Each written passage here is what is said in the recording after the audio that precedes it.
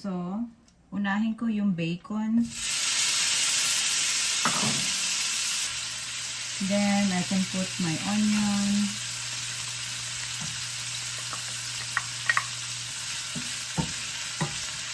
Then, you can add your heavy cream.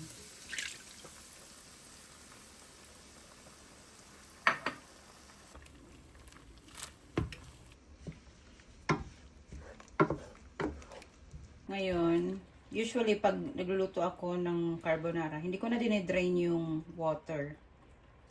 Dinidiretso ko na dito yung pasta sa sauce ko.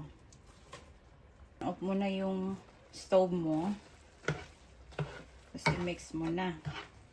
So, ito na yung time na pwede mo nang ilagay yung butter mo.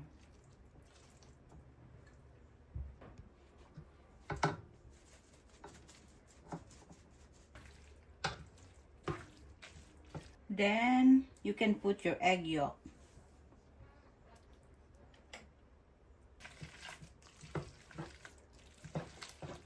Kain po tayo. Gusto ko maraming cheese.